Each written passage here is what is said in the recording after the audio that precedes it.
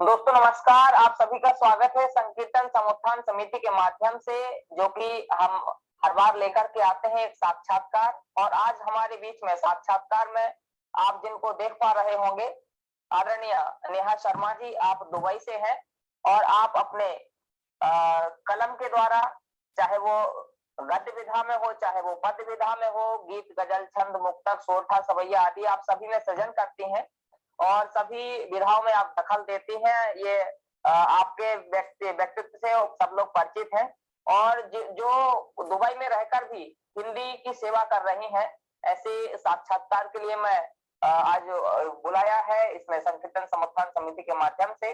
बहुत बहुत स्वागत है आदरणीय नेहा शर्मा जी का। और आप सभी से जो आप परिचित हैं, हमारे कार्यक्रम के और संस्था के प्रमुख अध्यक्ष आदरणीय केएल सोनी विनोदी दादा, जो कि किसी परिचय के मोहताज नहीं है, आप सभी लोग उनको जानते भी हैं। उनका भी आज का इस साक्षात्कार में बहुत बहुत स्वागत है। आदरणीय विनोद जी का, आप महाराजपुर छतरपुर मध्य प्रदेश से हैं। और जो आप सामने देख पा रहे होंगे, हमारे साथ में साक्षात्कार लेने के लिए आदरणीय बड़ी दीदी दीप्ति शुक्ला जी, आप दिल्ली से हैं। और इसमें हमारे संकीर्तन समुत्थान समिति में आप मीडिया प्रभारी के बतौर काम करती हैं। मैं आप सभी के साथ नितिन परमार, भारत छतरपुर मध्य प्रदेश से संचालक के रूप में आप सभी के सामने उपस्थित हुआ है। तो बिना किसी देरी के आपको लिए चलते हैं और नेहा जी से जो क्वेश्चन करना है, जो प्रश्न करना है, जो गुफ्तगू करनी है, वार्तालाप करना है, वो सारी चीजें आप आदरणीय दीप्ति जी से और करेंगे। तो मैं बिना किसी देरी के दीदी से आग्रह करता हूँ और इन पंक्तियों के माध्यम से मैं बुलाना चाहता हूँ कि ईश्वर का हर रात चांद बनकर आए और दिन का उजाला सांझ बनकर आए, तो कभी दूर ना हो आप लोगों के चेहरे से हंसी। हर नया पल, हर नया दिन ऐसा मेहमान बनकर आए, ऐसा मेहमान बनकर आ गए। बहुत बहुत स्वागत है आदरणीय दीप्ति जी का। बहुत बहुत आभार नितेंद्र जी, सुंदर पंक्तियों से हम पटल को सजाने के लिए। और मैं आभार व्यक्त करती हूँ केएल सोनी जी का, जिन्होंने इस पटल पर जिसका नाम है मेरा काम मेरी पहचान, हम सभी को एक किया है। और मैं मुखातिब होती हूँ नेहा जी से, नेहा शर्मा जी, जो दुबई से जुड़ी हुई है हमसे। और जैसा कि उनके नाम के कैप्शन में दिख रहा है, फीलिंग ऑफ हार्ट, तो हम सबके दिलों की धड़कन और साहित्य अर्पण की जान शान। नेहा जी, आपका बहुत बहुत स्वागत करती हूँ।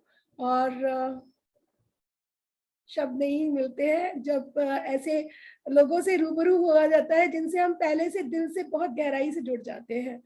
तो नेहा जी, आपसे मैं कुछ गुफ्तगू करने का, हमें जो वार्तालाप करने का मौका मिला है, तो उस क्रम में आगे बढ़ते हुए हम सभी के जो मन की कई बार होती हैं बातें जो हम नहीं कर पाते हैं पटल पर। हम रोज दिन रात एक साथ रहते हैं, लेकिन रूबरू देखने का एक होने का और डायरेक्ट बात करने का एक मजा ही अलग है। तो नेहा जी, मैं जानना चाहती हूँ कि आप जो साहित्य से जुड़ी हुई हैं, वैसे जैसा कि मैं जानती हूँ आप ग्राफिक डिजाइनर, मल्टीमीडिया फील्ड से भी हैं और जॉब भी कर रहे हैं दुबई में। उसके बाद भी हिंदी को जिस तरीके से, मैं साहित्य अर्पण के पटल पर भी हूँ, मैं देखती हूँ शुद्ध हिंदी का वहाँ रहता है आपकी तरफ से। तो कैसे कर पाती है और कैसे आपका साहित्य रुझान कैसे हुआ? मतलब आप क्रिएटिव ग्राफिक डिजाइनर है या आप साहित्य से रुचि रखते हैं, ये मैं आज तक नहीं समझ पाई हूँ, तो बताइएगा। जी बिल्कुल, बहुत बहुत धन्यवाद दीप्ति जी। सबसे पहले मैं आदरणीय केएल सोनी विनोदी जी का हार्दिक आभार व्यक्त करती हूँ और साथ में मैं नितेंद्र परमार जी का बहुत बहुत धन्यवाद अदा करती हूँ। और दीप्ति जी, आपका भी हार्दिक आभार कि इतना सुंदर जो है मंच संचालन आप सभी कर रहे हैं। और साथ ही बहुत अच्छी पहल है संकीर्तन समुत्थान समिति में कि सभी के बारे में जानने की, जितने हमारे रचनाकार जुड़ रहे हैं। और सबसे पहले बधाई विनोदी जी को, क्योंकि बहुत सुंदर समूह चला रहे हैं वो और बहुत अच्छे से चला रहे हैं उसको, क्योंकि मैं देखती हूँ कि किस तरह रचनाकार आगे बढ़ रहे हैं और उनको किस तरह दिशा प्रदान कर रहे हैं, और उसके लिए आप हार्दिक बधाई के पात्र हैं। और बहुत मेरे धन्यवाद। बारे में मैं जी बहुत बहुत आभार आपका और बहुत बहुत बधाई आपको। और मैं मेरे बारे में सिर्फ इतना कहना चाहूंगी कि मुझे नई नई चीजें सीखने का शौक है। मैं हर एक चीज में जब घुसती हूँ तो उसके बाद में मैं घुसती चली जाती हूँ। मुझे आर्ट क्राफ्ट करने का शौक है। शुरू में मैंने नेल आर्ट करना सीखा था जब मैं 1 साल अमेरिका में रही। तो इस तरह करके जो होते हैं ना, धीरे धीरे आर्ट करना, ड्राइंग करना, और बहुत सारी चीजों में मुझे हर एक चीज में जैसे कुछ होता है, कुछ नया पता लगता है, तो मुझे होता है कि उसको सीखूं, उसको जानूं, उसके बारे में और ज्यादा पूरा अच्छे से जान पाऊं मैं। तो मुझे उन सब चीजों का रहता है कि हाँ, अब सीखना है, अब शुरुआत करनी है। ग्राफिक डिजाइन का ये हुआ कि ग्राफिक डिजाइन का काम मैंने सीखा साहित्य अर्पण में आने के बाद, क्योंकि बहुत सारी चीजें थी जो मुझे उस समय पर नहीं मिल रही थी, जो मुझे खुद से सीखकर आगे बढ़ना था। तो ये हुआ कि जब आज से 4 साल पहले जब साहित्य अर्पण शुरू किया मैंने, तो उस टाइम पर मेरे पास टीम नहीं थी, मैं अकेली थी और अकेली मैं आगे बढ़ी थी। उस टाइम पर मुझे मेरा साथ देने वाला भी कोई नहीं था, क्योंकि मैं जिसको भी पूछती थी तो वो कहते थे कितने कम उम्र की है, कितना कर पाएगी, कितना आगे जा पाएगी साहित्य में, कितने लोगों को दिशा दे पाएगी, नहीं कर पाएगी, गिर जाएगी। पर मैं धन्यवाद, सबसे बड़ा धन्यवाद करती हूँ मेरे पतिदेव राहुल शर्मा को। उन्होंने हमेशा मेरा हाथ थामे रखा और मुझे बोला नहीं, तू कर सकती है और तू करेगी। और वहां से मैंने शुरू किया मेरा साहित्य अर्पण का सफर। और साथ में लेखन मेरा बचपन से चलता आ रहा है, क्योंकि मेरे जो ससुर जी हैं वो भी लिखते हैं, और मेरे ससुर जी को देख करके मेरे अंदर और ज्यादा लिखने की जो ललक है वो जगी। क्योंकि एक तरीके से होती है ना, मेरी जो साहित्य की तड़प थी उसको उन्होंने चिंगारी दी थी, और शायद मेरी तरफ से उनको चिंगारी मिली होगी कि वो भी लिखना शुरू हुआ। उनका लिखना शुरू पहले से ही था, लेकिन ऑफिस के काम में वो नहीं लिख पाते थे, तो कुछ ऐसे शुरू हुआ। अब मेरा और ज्यादा तो कुछ नहीं है, लेकिन हाँ, मैं मिडिल क्लास फैमिली से हूँ। एक मिडिल क्लास फैमिली से जैसे होता है ना, बचपन में मम्मी पैसे बचाती है, पापा पैसे कमा कर घर लाते हैं, और हम जाकर के सबसे पहले सबसे पहले बैग खंगालते हैं कि पापा क्या लिख करके आए हैं आज। हम बिल्कुल वैसे ही परिवेश से निकले हैं बाहर, बिल्कुल उसी परवरिश से बाहर निकले हैं, और कुटाई भी होती थी हमारी ना पढ़ने पर। अधिकतर जो बच्चे हैं वो कुट कर ही बड़े हुए हैं माता पिता से, भारत के बच्चे, क्योंकि घर में ऐसा बोला जाता था कि किसी एक का स्ट्रिक्ट होना जरूरी है। आजकल हमारे बच्चों को हम हाथ भी नहीं लगा सकते हैं, लेकिन हम तो अच्छे से कुट कर बड़े हुए हैं। तभी हमारे अंदर वो बना रहता है संस्कार और संस्कृति का ना, कि हम देश से दूर होकर भी ना जड़ों को नहीं भूल पाते हैं, है ना। बिल्कुल बहुत ही बहुत ही अच्छा लगा ये जानकर कि आपके ससुराल साइड से आपको पूरा सपोर्ट मिला, तो जी बहुत ही अच्छा। एक चीज और, जैसे आप हिंदी में गद्य और पद्य दोनों पे लिखते हैं, तो हाँ जी, किस विधा में आप ज्यादा लिखते हैं? ऐसा कुछ है कि काव्य? मैं सबसे पहले मैंने काव्य लिखना शुरू किया था। छोटी सी उम्र से मैंने काव्य लिखना शुरू किया, और बढ़ते बढ़ते जो होता है ना कि जब हम लिखते रहते हैं लगातार, तो जो पंक्चुअलिटी है, जो मैच्योरिटी है, वो धीरे धीरे आती है लेखन में, और वो हमें महसूस भी होता है कि हमारे लेखन में पंक्चुअलिटी आ रही है, मैच्योरिटी आ रही है। तो धीरे धीरे आनी शुरू हुई। बल्कि मेरे बचपन की एक कॉपी है जो मैं मेरे साथ लेकर रखती हूँ हमेशा। इस पे वो बचपन की कॉपी है मेरी। इस पे क्या वो अखबार चढ़ा हुआ है क्या? मुझे ऐसा लग रहा है उस समय पर अखबार चढ़ा कर रखते थे, और मुझे याद आ रहा है कौन से सन का अखबार होगा। मुझे अखबार भी हिंदी है, देखिए। मुझे याद आया, ये मतलब इस ऐसी कॉपी देखे हुए जमाना हो गया। बचपन में हम भी ऐसे अखबार लगा कर करते थे। तो आपने देखिए कितना सहेज के रखा है, कवर भी खराब नहीं हुआ। बहुत ही अच्छा है, सहेज कर रख पा रहे हैं तभी तो ये चीज आती है। और लिखने के बाद कुछ ऐसी कलाकारी करते थे। कैसी है ये? डिजाइनिंग। अच्छा। लिखने के बाद कुछ ऐसी डिजाइनिंग करते थे और हैंडराइटिंग तो बहुत ही खराब थी। पर अब हमें हैंड राइटिंग मतलब होता है ना कि एक समय होता है, जैसे मैं भी कंप्यूटर का काम करती थी तो बड़ा एक समय पे मिस करने लगे कि यार हैंड राइटिंग में लिखना, वो फील तभी ये चीजें ना हुई कि हम ग्रुप से जुड़े, आपसे जुड़े, कि वो चीजें होती है कि वो मतलब कितना भी आगे बढ़ जाओ लेकिन वो चीजें अपनी एक महक होती है इन चीजों में ना। तो बहुत ही अनोखा अनुभव लग रहा है अखबार वाला तो मुझे। नेहा जी, जैसे आपने कॉलेज टाइम में लिखना शुरू कर दिया था ना, या उससे भी पहले, मतलब लाइक साहित्य कब आया आपके जीवन में, जैसे जहां लगता है कि हम सम्मेलनों में जा रहे हैं, कवियों के बीच में हैं, या फिर हम केवल अकेले लिख रहे होते हैं कॉपियों में? कॉपियों से बाहर कब निकली जिंदगी? कॉपियों से बाहर निकली साहित्य अर्पण के साथ में। अच्छा, 4 साल पहले? 4 साल पहले। अच्छा, 4 साल पहले, क्योंकि उस समय पर कोई ये नहीं था कि क्या करना है। दरअसल हुआ क्या कि पापा लिखते हैं तो मैंने सोचा कि उनकी जो पुस्तक है वो प्रकाशित करवाई जाए। उसके सिलसिले में मैंने खोजबीन शुरू की, बहुत सारे जो पब्लिशर थे उनसे बात की। बात करने के बाद लगा कि शायद से कहीं कुछ गलत है। जैसे होता है ना कि मन शांत नहीं होता है बात करने के बाद में, तो मुझे लगा कि कुछ तो गड़बड़ है, मतलब कि मुझे नहीं जाना है इस और चलो कुछ शुरू करते हैं। तो मेरा जो पहला समूह था अनुपम साहित्य मंच, मेरी शुरुआत वहां से हुई। और एक रचना करके एक समूह था, वहां से मेरी शुरुआत हुई। विनीता जी वहां की एडमिन है। और वहां से शुरुआत होने के बाद में मुझे लगा कि शायद मैं थोड़ा बेहतर कर रही हूँ, क्योंकि मैंने पापा को भी जोड़ा वहां पर और पापा को भी लिखने को बोला। तो पापा लगातार लिख रहे हैं। उन्होंने अमर उजाला काव्य में बहुत बार रचनाएं दी हैं, और बल्कि उनकी बहुत सारी रचनाएं चोरी भी हुई उधर अखबार से। तो वो भी बहुत बेहतरीन लिखते हैं।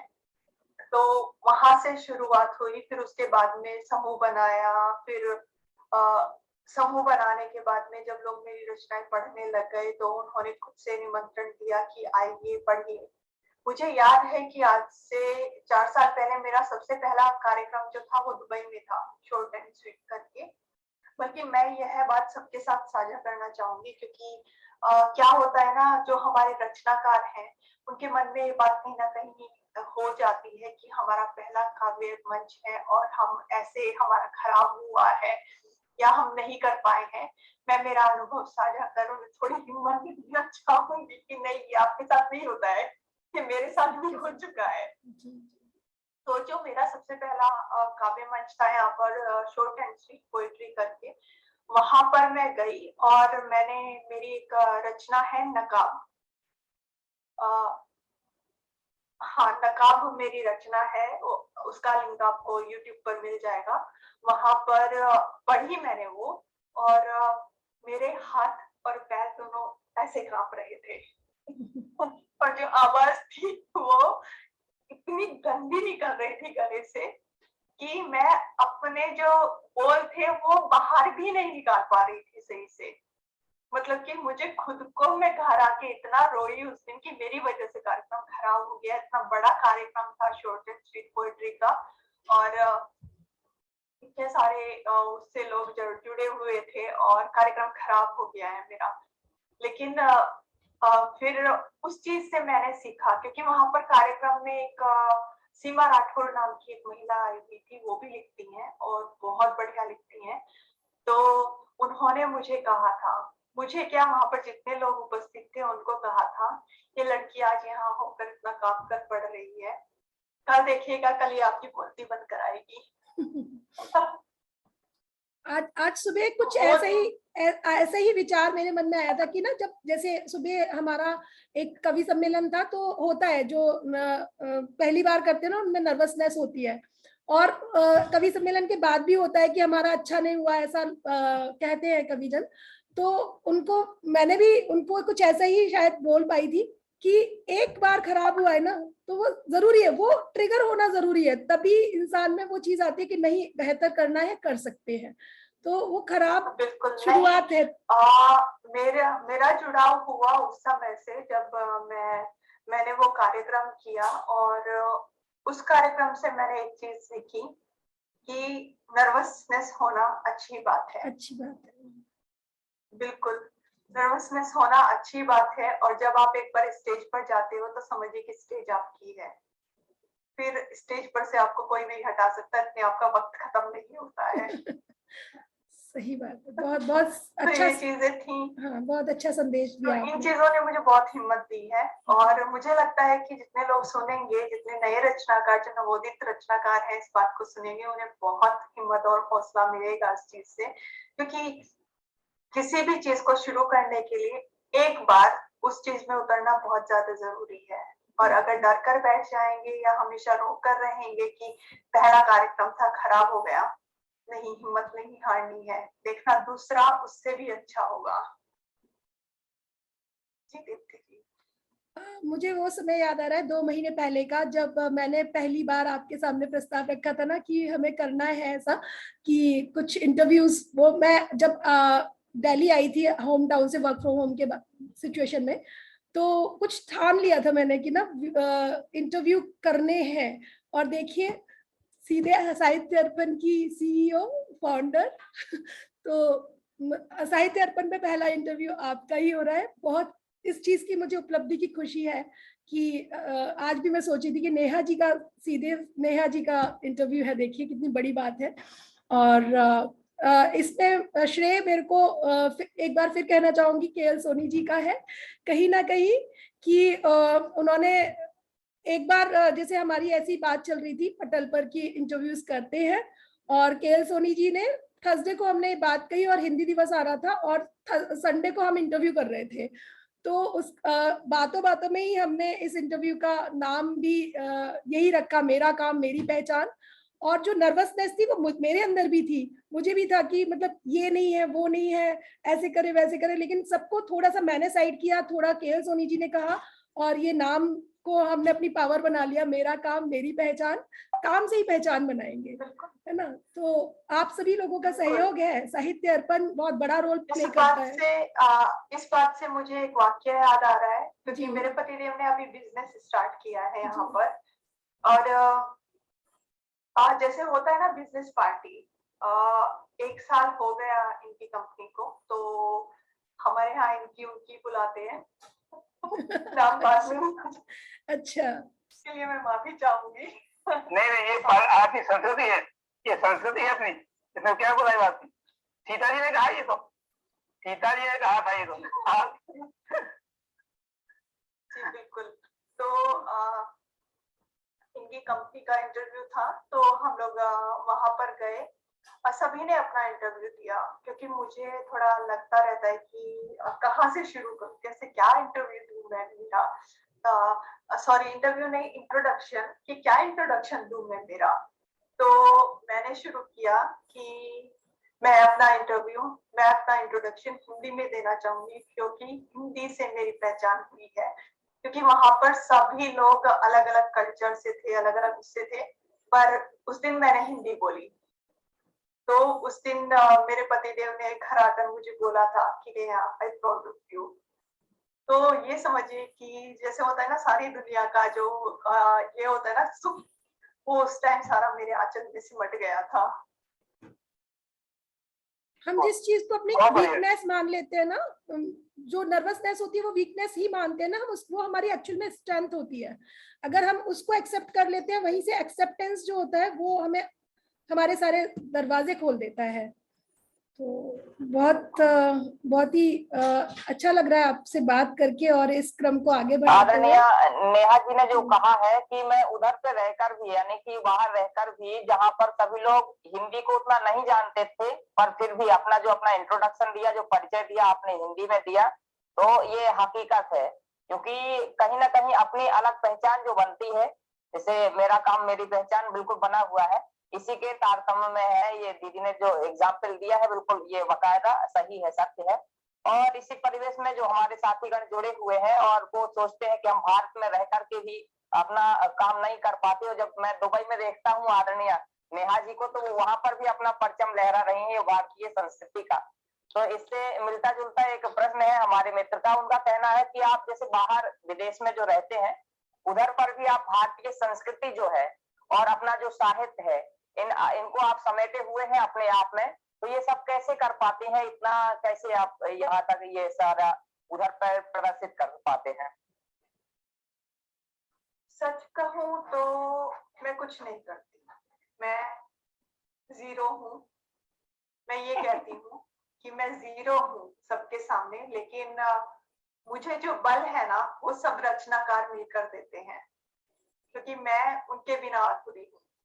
अगर वो लोग मुझे नहीं, ये समझिए कि जैसे इंजन को स्टार्टर की जरूरत होती है, वो मेरे स्टार्टर है। मैं खाली एक डब्बा हूँ जो वो मुझे धक्का लगाते हैं और मैं उस ओर चल पड़ती हूँ। आप इंजन है और हम डिब्बे हैं। हम कहते हैं इंजन चलेगा तो हम चलेंगे। वो चीज होती है, ये तो है वाकई में। और साहित्य अर्पण पर जुड़े रहकर जो अनुभव लिया है, जो रिकॉग्निशन मिली शुरू से ही, वो काबिले तारीफ है। तभी जब मतलब वो पर्सनल चीज हो जाती है, लेकिन जब आपकी तरफ से मुझे वो दिखा ना, तो ही मुझे मतलब मैं ऐसे जुड़ी कि दिन रात क्या कहने कि एक बार का समय याद आ रहा है, शेयर करना चाहूंगी कि एक बार मैं कह रही थी कि सुबह 5 बजे पटल खोलने के लिए मैं रात में सो नहीं पा रही थी। ऐसा कुछ हो रहा था, मैंने कहा था आपसे कि पटल को खोलना था मुझे, मतलब लाइक ग्रुप को खोलना था। तो इतना मतलब इतना ज्यादा दिमाग पर वो हावी हो गया था कि कुछ उसमें ऐसा लग रहा था कि नहीं, यहाँ कुछ है। और देखिए जो बुक भी हमारी पब्लिश हुई, उस बुक में जब भी जिसकी भी रचना पढ़ती हूँ, मुझे लगता है हर लेखक की कविता ना उसके जीवन का एक अभिन्न अंग उसने शेयर किया है उस कविता किताब में, है ना। तो बहुत ही जैसे कि अच्छा आप है। सभी लोग देख पा रहे होंगे कि जो साहित्य अर्पण है, तो संस्थाओं को चलाना बात अलग है, पर मेरे पास पहुंच गई थी ये दुबई। वाह वाह वाह। तो साहित्य अर्पण को, संस्थाओं को चलाना चीज अलग है, पर उसको जीना किस शिद्दत के साथ आप जीते हैं, वो आदरणीय नेहा जी से आप देख सकते हैं, समझ सकते हैं कि साहित्य अर्पण को कहां से कहां तक ले जाया गया है और कहां तक ऊंचाइयों तक पहुंच गया है। और बात हुई रचनाओं की, तो दीदी मैं आपसे एक निवेदन करना चाहता हूँ कि आप जब भी अपने जो पथ पर चलते हैं, कभी आप निराश होते हैं, तो निराशा को दूर करते हुए आप कभी अपनी खुद की पंक्तियां जो आपको गीत में हो, गजल में, मुक्तक में, किसी भी विधा में हो, जो आप उसको याद करते हैं, उनको लगता है कि हाँ इससे हमारी निराशा दूर हो जाएगी, तो ऐसी कुछ पंक्तियां हो तो आप प्रस्तुत करें। जो भी हमारे दर्शकगण जुड़े हुए हैं वो सभी लोग सुनने को तैयार। जी, मैं सच कहूं तो मैं निराशा में मैं सिर्फ लिखती हूँ। मैं जब परेशान होती हूँ और जब मैं खुश होती हूँ बहुत ज्यादा, तो मैं लिखती हूँ।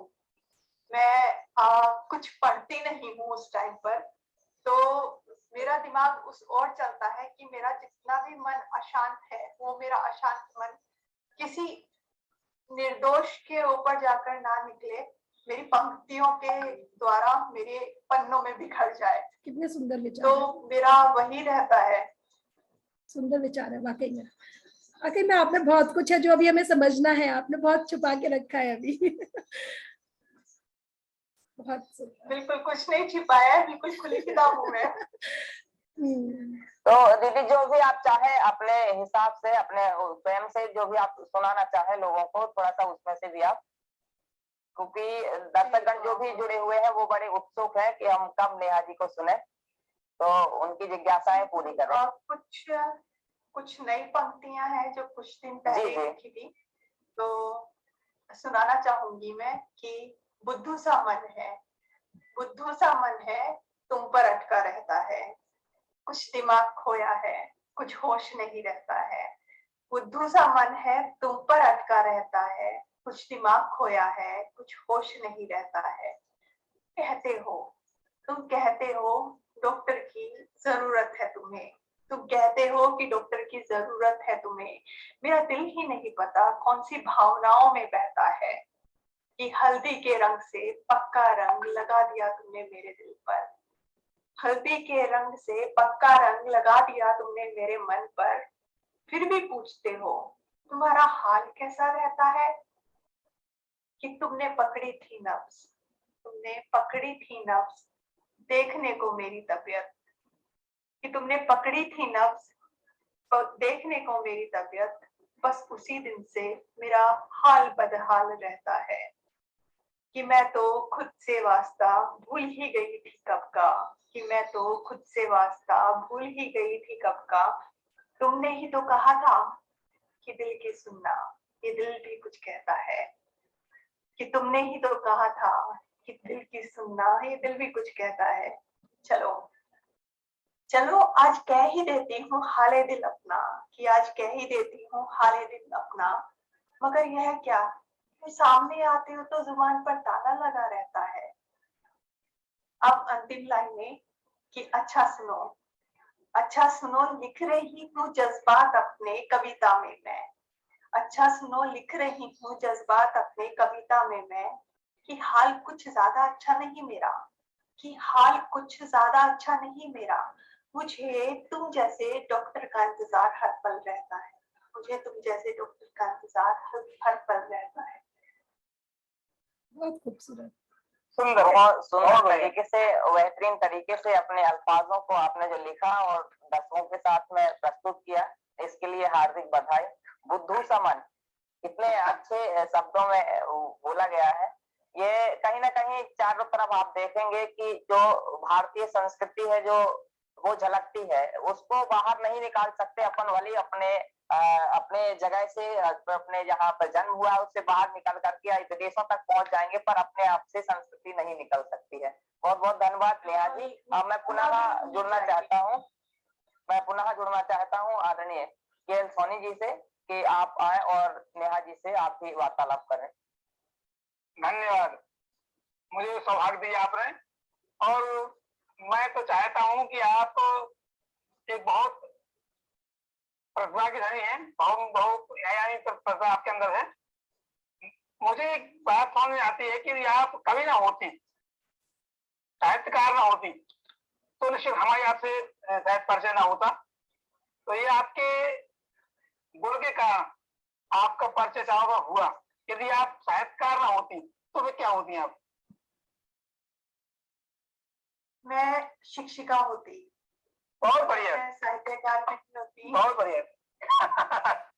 शिक्षिका होना ही साहित्यकार है।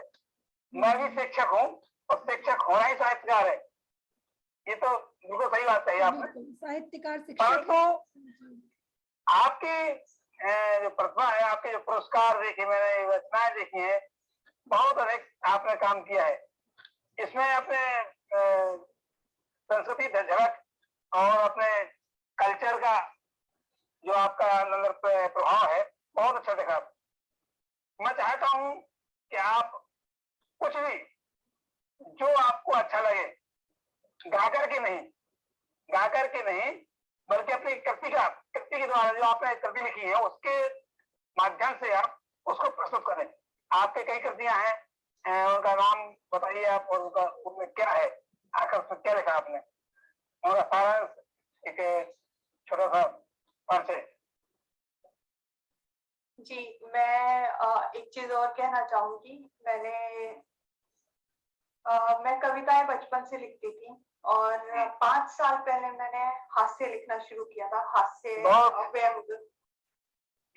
जी, और एक रचना है मेरी टिक्की, जो कि पंजाबी में जिसका अनुवाद हुआ था पंजाबी भाषा में, और जी, और कनाडा के अखबार में वो प्रकाशित हुई थी। कनाडा मैं इसलिए बोल रही हूँ क्योंकि हिंदी में कनाडा बोलते हैं बोला जाता है जी, लेकिन हाँ, मैं बिल्कुल वो हास्य रचना में सुनाऊंगी टिक्की, क्योंकि मुझे लगता है कि शायद ये कार्यक्रम अधूरा है उस टिक्की के बिना लेकिन उसके पहले हरियाणवी की आपने भाषा की आपने बात की, तो एक हास्य रचना मैंने लिखी थी, शायद याद हो आपको कि एक गाना चला था कि तेरी आँख्या का यो काजल। अभी भी चल रहा है, अभी भी चल रहा है जी बिल्कुल, बहुत प्रसिद्ध हुआ था, तो मैंने उस समय वो रचना लिखी थी। एक मिनट दीजिएगा मुझे कि तेरी आँख्या का यो काजल के फेमस हो गया, तेरी आँख्या का यो काजल के फेमस हो गया, शहर में हमारे ढिंडोरा पिट गया, कोई मुर्गा डांस तो कोई कूद कूद के नाचन लग गया, छोरे छोरियों का जने दिमाग से चल गया, यूट्यूब फेसबुक का बना दिया चरखा कत्ती, देख देख सारा गांव हिल गया, इब तो डीजे भी जोर जोर से योगी शोर मचावे से, तेरी आँख्या का यो काजल नजर आवे से, शादियों में तो कभी चला जिब पाट गया, दूल्हे पे जब डीजे पे जब दूल्हे का जिज्जा नाट गया, डांस करूंगा तो आँख्या के काजल पे करूंगा, नहीं तो इस घर में जिंदगी भर पाना धरूंगा।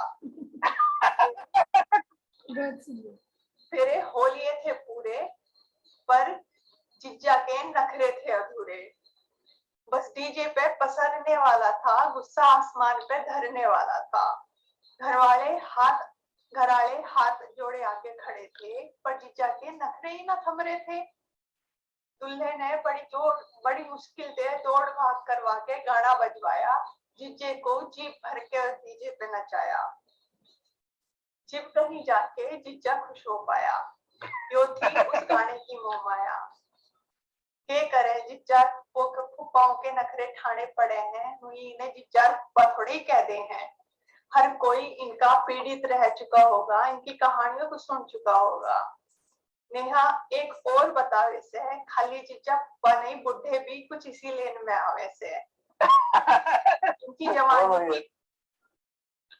उनकी जवानी भी कम उबाल ना मारती, इसी गाने पे बड़ी कमर लचका के चाले से, स्कूल कॉलेज के बालका ने भी चाला पाट रखा, करके डांस आँख्या के काजल पे कति लट सा गाड़ रखा, यो गाने की महिमा कुछ ऐसी ही है नेहा, हर कोई फैन हो जाए यहाँ, वैसे हरियाणा के हर गाने की शान ही अलग है, जो भी सुने मटकन लग जाए, जरा तम भी ठुमका लगा लो रे, आँख्या के काजल का थोड़ा सा मजा खा लो रे। अरे वाह दीप्ति जी से बोलिए आप, ये भी ठुमका मार दे दीप्ति जी। हाँ जी, आपके लिए बोल रही है दीदी। अभी रात में दीप्ति जी का मैसेज आएगा, मुझे दीप्ति जी कहेंगी अभी आपने वो हरियाणा में मैं कविता सुनाई थी, मुझे उसको ट्रांसलेट करके नहीं मुझे समझ में आ रहा है, बहुत बढ़िया, बिल्कुल। आपके सामने जितना सुना था उससे कहीं अच्छा आपने आपका प्रस्तुति करा है, बहुत बढ़िया। और अंतिम प्रश्न मैं चाहता हूँ दीप्ति जी करे आपसे। जरूर नेहा जी, जैसे हम इस समय संकीर्तन समोत्थान समिति के पटल पर जुड़े हुए हैं, और संकीर्तन समोत्थान समिति पर बहुत ही कलाकार जो हैं, बहुत ही उनके लिए शब्द नहीं है, पर बहुत कलाकार साहित्यकार, मुझे बहुत अच्छा लगता है उनके सानिध्य में जब भी मतलब हम जुड़ते हैं उनसे, हर कलाकार में, हर साहित्यकार में एक अलग ही रस है, रचना का एक अलग ही रूप है, और नवोदित भी वहाँ इतने ऐसा लगता है कि जैसे ना हम वयस्क वरिष्ठ लोगों से बात करें, नवोदित रचनाकार जो होते हैं।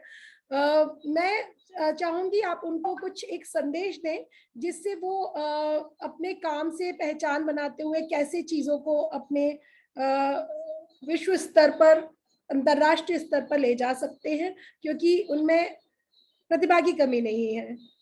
तो आप उनके लिए कुछ अपना संदेश देना चाहें?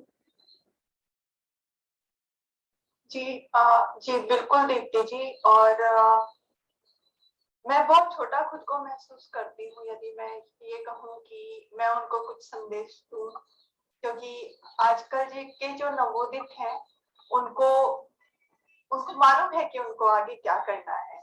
सच कहूँ तो सिर्फ जो कमी है वो है एक सही दिशा की, जो अगर थोड़ा सा अगर उनको कुछ भी गलत दिशा मिल जाती है तो उनका लेखन भटक जाता है। बिल्कुल सही कहा। मेरा यह मानना है।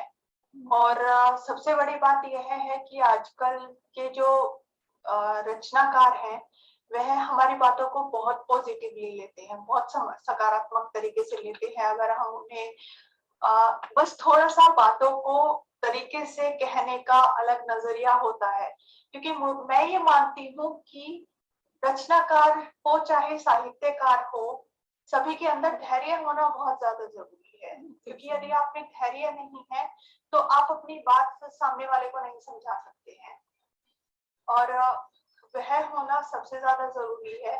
और साथ में मैं यही, क्योंकि क्या होता है ना कि जैसे मैं बता देती हूँ, आज से कम 3 साल पहले की घटना होगी कि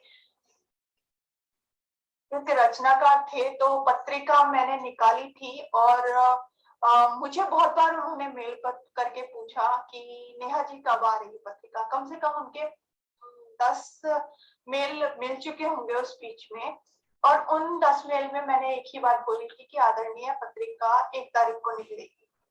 पत्रिका निकलने के बाद क्या हुआ कि उनकी जो रचना थी वो कम से कम बहुत लंबी रचना थी।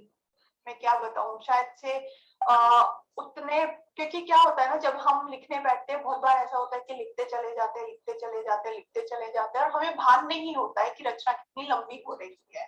और शायद से एक कारण ये भी होता है कि बहुत सारी रचनाएं लंबी ही बनती हैं, छोटी हो ही नहीं सकती हैं।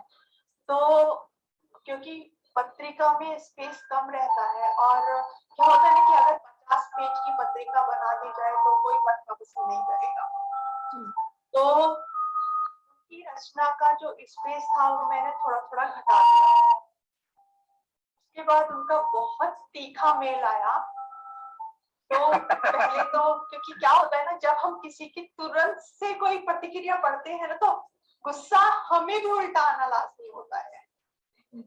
तो मैंने उस समय पर क्या किया, मैंने मेल बंद कर दिया।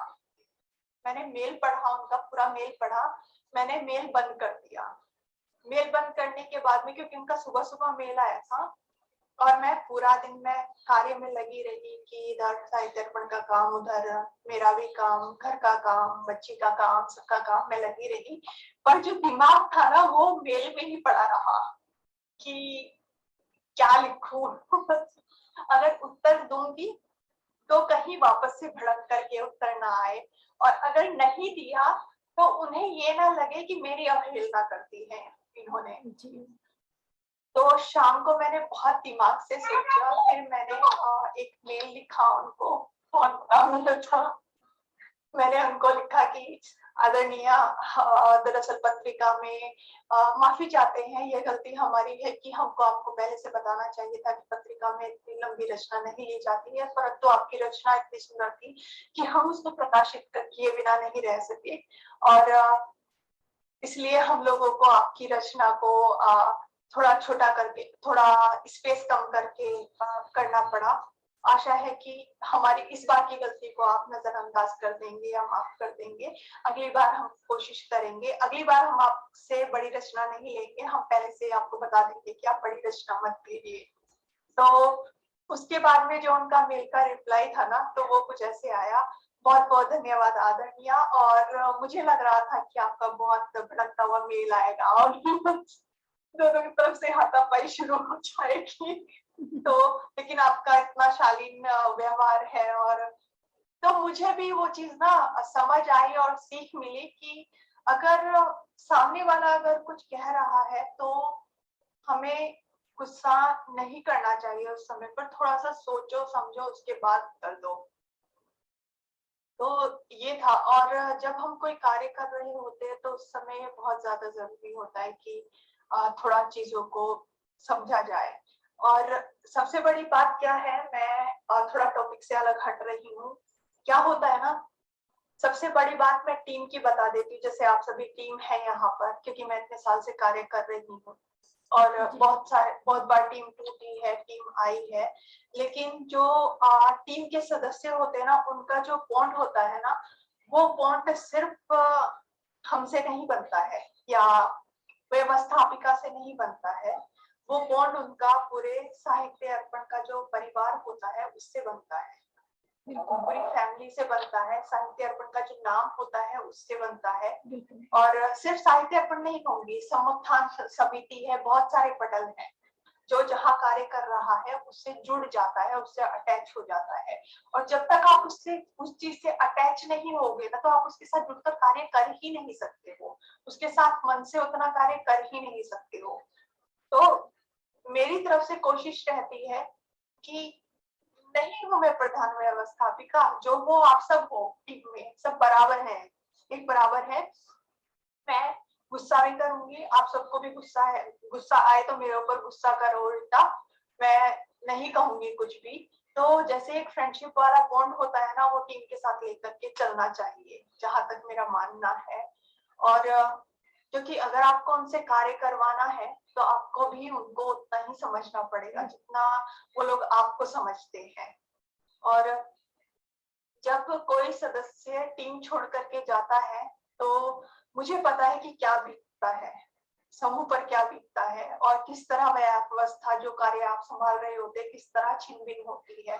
क्योंकि वो जो बोझ है ना, वो बोझ बाकी के टीम के सदस्यों पर नहीं पड़ता है, वो बोझ सारा सारा आकर के व्यवस्थापिका जो व्यवस्थापक होते हैं उनके ऊपर पूरा पड़ जाता है, क्योंकि उनसे मैनेज, और वो लोग आपके जैसा कोई दूसरा सदस्य यदि ढूंढने भी चलते हैं तो उन्हें इतनी आसानी से नहीं मिलता है, क्योंकि उसका कोई तोड़ होता ही नहीं है।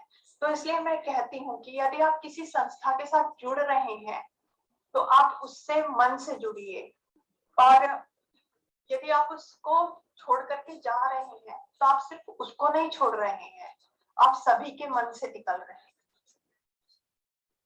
तो वो काम नहीं करना है, क्योंकि आना जाना आप सोचते हैं नॉर्मल बात है, लेकिन क्योंकि मैं जुड़ी हुई हूँ इन सब चीजों से और मैं इतने साल से देख रही हूँ, और शायद से बाकी के लोग उनको पर फर्क पड़ता हो या ना पड़ता हो, लेकिन मेरे ऊपर हर बार फर्क पड़ता था, क्योंकि हर बार जैसे ही टीम टूटती थी और टीम नहीं बनती थी तो मुझे फर्क पड़ता था।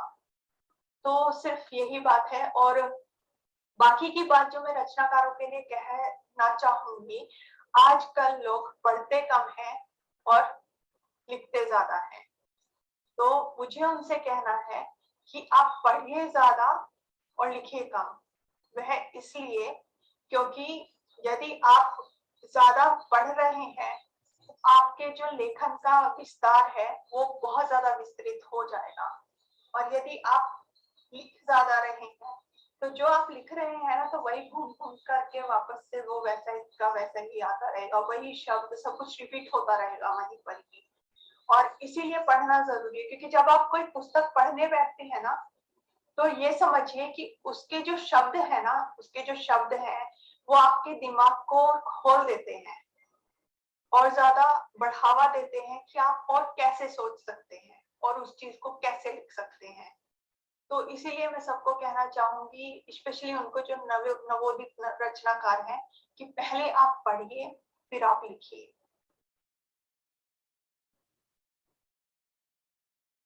तो जो भी हमारे नवोदित रचनाकार हैं उनके लिए जो आपकी जिज्ञासाएं थी वो आपका प्रश्न का उत्तर मिल गया होगा आप सभी को। और कितने सुंदर तरीके से बताया कि जब किसी परिवार से जुड़ जाते हैं, चाहे वो कोई भी संस्था हो, चाहे वो आज जो हम सभी लोग जुड़े हुए हैं संकीर्तन समुत्थान समिति से, चाहे जो आदरणीय नेहा जी चला रही हैं अनेक वर्षों से साहित्य अर्पण, उसमें हो उनका परिवार हो, और चाहे मैं खुद या अन्य किसी प्रकार की, जैसे मैं जनचेतना साहित्यिक सांस्कृतिक समिति जो थी अब आज ट्रस्ट बन चुका है, मैं उससे भी जुड़ा हुआ हूँ, जो शुरुआत हुई हमारी उसी से हुई है।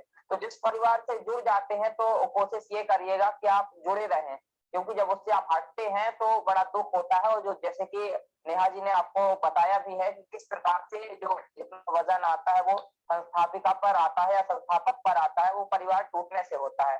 तो कोशिश यही करिएगा कि सबको जोड़ करके चलिएगा, जोड़ते चलिएगा, टूटने की कोई बात होनी ही नहीं चाहिए, जो आप सामने बताया है आदरणीय नेहा जी ने। और यह साक्षात्कार अब समापन की ओर है और हमारे अध्यक्ष महोदय भी आदरणीय केएल सोनी जी विनोदी जी जुड़े हुए हैं और जिन्होंने यह साक्षात्कार लिया, आदरणीय बड़ी बहन हमारी दीप्ति शुक्ला जी, आप दिल्ली से, आपका बहुत बहुत धन्यवाद। और विशेष धन्यवाद मैं देना चाहता हूँ, व्यापित करना चाहता हूँ आदरणीय नेहा जी का, जो आप दुबई से हैं और आपने जितने भी हमारे दर्शकों की जिज्ञासाएं थी उन सभी प्रश्नों के आपने क्रमबद्ध तरीके से उत्तर दिए। तो उनकी जिज्ञासाएं शांत हुई, ये जिज्ञासाएं अभी शांत नहीं होंगी, अनवरत ये चलता रहेगा साक्षात्कार। तो हमारे तमाम सभी दर्शकों को, श्रोताओं को बहुत बहुत आभार व्यक्त करता हूँ आप सभी का। और यह साक्षात्कार संकीर्तन समुत्थान समिति के माध्यम से आप सभी के बीच में लाया गया और ऐसे ही अनेक प्रतिभाओं के धनी और बहुमूल्य जो अपना समय देने के लिए इसमें साक्षात्कार में आप सभी लोग जुड़ सकते हैं। अपना परिचय हमारे संकीर्तन समुत्थान समिति के किसी सदस्य को आप दे सकते हैं और उसके बाद में उसपे समिति के द्वारा विचार विमर्श किया जाएगा। तदुपरांत आपका भी साक्षात्कार इस कार्यक्रम में हो सकता है, जिस कार्यक्रम का नाम है मेरा काम मेरी पहचान। तो इसी आशा, उद्देश्य और आयाम के साथ पुनः इसी ऊर्जा के साथ आप सभी से पुनः मुखातिब होंगे। तब तक के लिए नमस्कार, कार्यक्रम का समापन करते हैं। बहुत बहुत धन्यवाद आदरणीय नेहा जी का, आदरणीय दीप्ति जी का और आदरणीय केएल सोनी विनोदी जी का। बहुत बहुत धन्यवाद। जय हिंद, जय भारत।